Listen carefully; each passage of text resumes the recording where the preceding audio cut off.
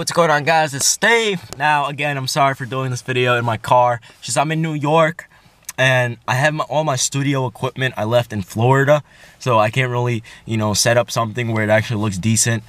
So sorry for that. But anyway, I'm very, very happy about my New York Knicks. And not only happy, but the excitement has returned to New York City. Now, the reason why I say this is because I'm seeing the Knicks play with heart, with energy, with excitement. I'm seeing the bench go crazy. I'm seeing the players actually want to win now. And it was just that negative situation. It wasn't Melo. It was the negative situation of Phil Jackson publicly criticizing Carmelo Anthony while he was still on the team. All of the players were defending Melo, and everyone was against Phil, and he finally got fired. James Dolan finally fired him. And it's like, all of that built up, it was just so negative and disgusting to play in that type of environment. And to watching the Knicks last year compared to this year, they're a totally different team. And it seems obvious because they don't have Carmelo Anthony, their best player.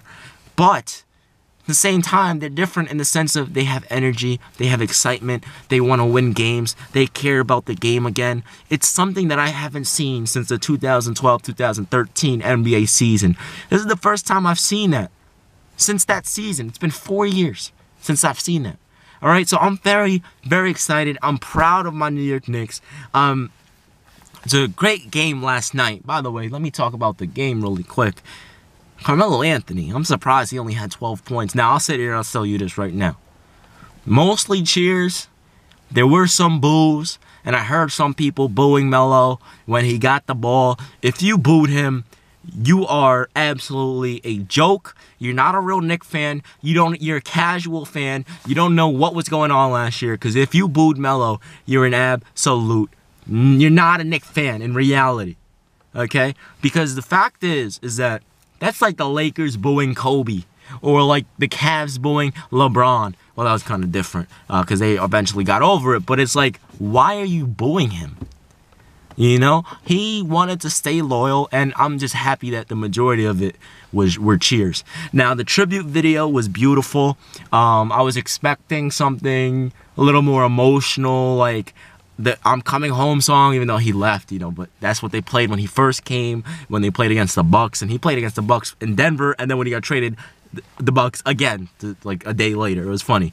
But I was expecting something a little more emotional, but it was nice to see that they didn't just focus on basketball, because a lot of people don't realize Carmelo Anthony does a lot for the community.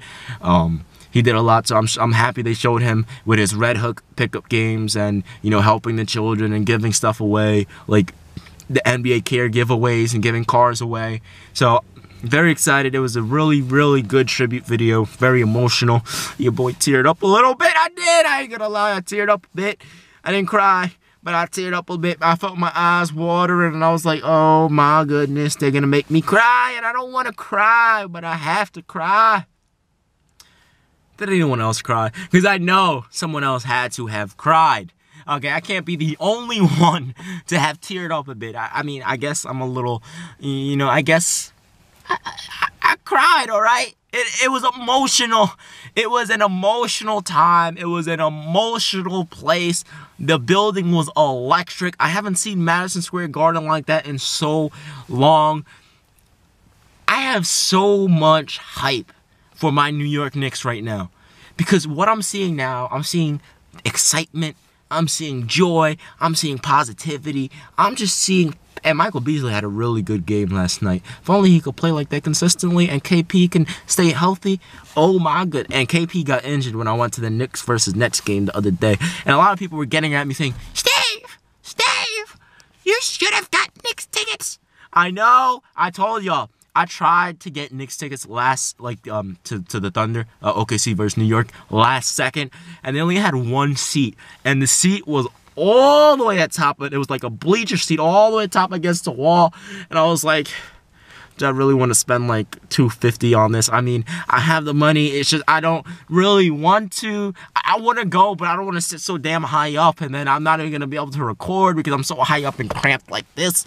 You know what I mean? So it's like, it was like, and I only had one seat, so I couldn't bring like my uncle or my grandfather or my mom or like my friend or something. It was just gonna be me.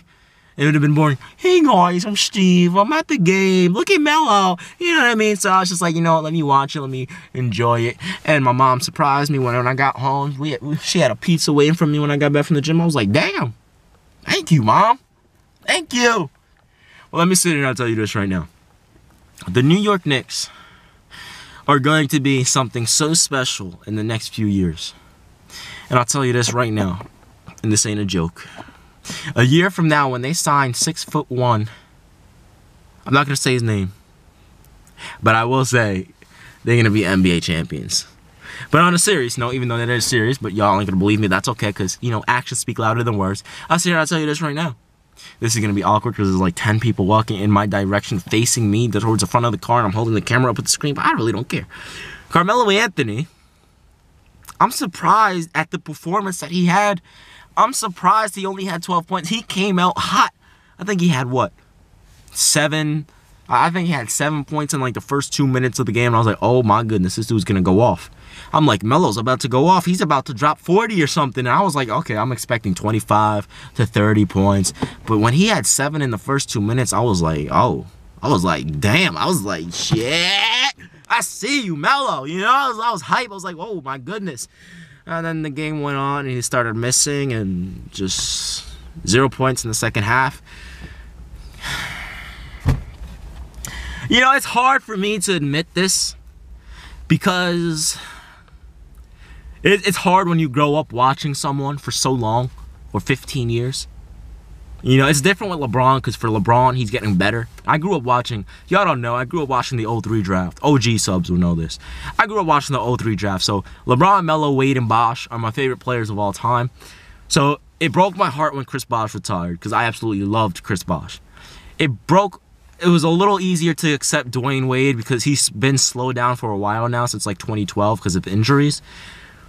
But it was like LeBron and Melo, 15 years, growing up watching them for 15 years, dominate the game, and now it's like LeBron's still getting better, and he's still dominating, but Melo's slowed down, and it's like LeBron's the only one left, and then I'm like, oh my goodness, this is breaking my heart. It's the end of an era. I'm getting old.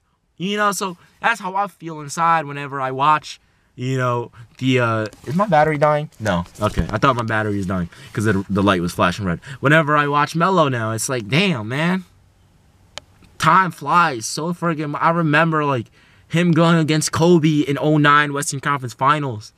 I remember that, you know? And I remember LeBron. I remember the 07-08 season when they played the Celtics in the finals and LeBron posterized Kevin Garnett. And Marv Albert was like, LeBron James with no regard for human life. And then I remember when 08-09, I saw every single game that year except for one game. And I know I told the story before. I've seen every single game that year except for one game. I was there watching the game, but I fell asleep because I was at the gym playing ball all day. I got back. It was a matinee, too. I got back, and LeBron dropped 55. He had like 8 straight threes. That was the one game I missed in the 08-09 season. Crazy, ain't it? But that was one of the best seasons I've ever seen in my life. I just, you know, I grew up watching the Knicks, the Cavs, the Nuggets, the Lakers. I miss those days. And that's why I hate the Celtics, because I grew up in that era when Paul Pierce was cooking LeBron, Melo, and Wade. You know, like, I grew up in that era. So that's why I hated Paul Pierce, Kevin Garnett, Ray Allen, and the Boston Celtics, you know. But I sit here and I tell you this right now. If you're a Knicks fan, you have to be happy. You have to be excited. You have to be pumped for the future, because I can't be the only one to see there's like passion. There's passion for the game that I haven't seen on this team in 4 years. It's like Phil Jackson came and sucked all of that passion that we had out. He sucked it all out of us. No pause on that, because if you're thinking crazy, you're just thinking crazy. You know? But he sucked it all out of us. Let me use a different word, because that sounds kind of funny now. He took the passion and just snatched it from us. And it's like, what? We had nothing left. It was Melo and a bunch of scrubs. Then we got Porzingis 2 years ago. And it's like, all right, we have something. We had Derek Williams, who I loved. And we had Lance Thomas. And, You know, it was like, okay, we're starting to get better. Our record's starting to improve a bit and stuff like that. We were getting better. And I think if Melo were to stay on the team, they would have made the playoffs this year. But it sucks that I'm never going to see Carmelo Anthony in a Knicks uniform again. And that breaks my heart so much because I wanted him, and he wanted to as well, finish his career in New York City. So that's why I don't understand when people say he chose the money. Like, he's being loyal to New York. It's funny because when LeBron goes to, you know, people say, what happened to loyalty? Where's the loyalty in the league? And I'm like, are you blind? Do you not see Carmelo? He wanted to stay in New York through everything. He stayed professional. But people don't realize that, you know? And it breaks my heart, man. It does. It truly does. But I'll sit here and I'll tell you this right now.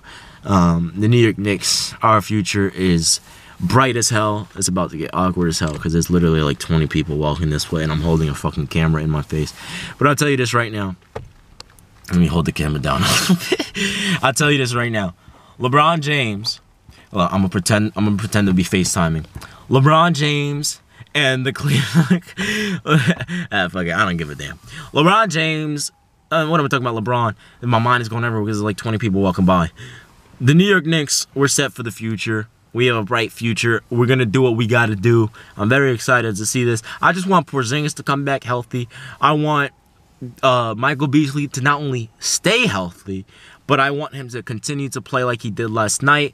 I want the New York Knicks to just keep the excitement and the emotion and the passion and the love of the game. Bring it back to Madison Square Garden. I saw it last night. Let's keep it there.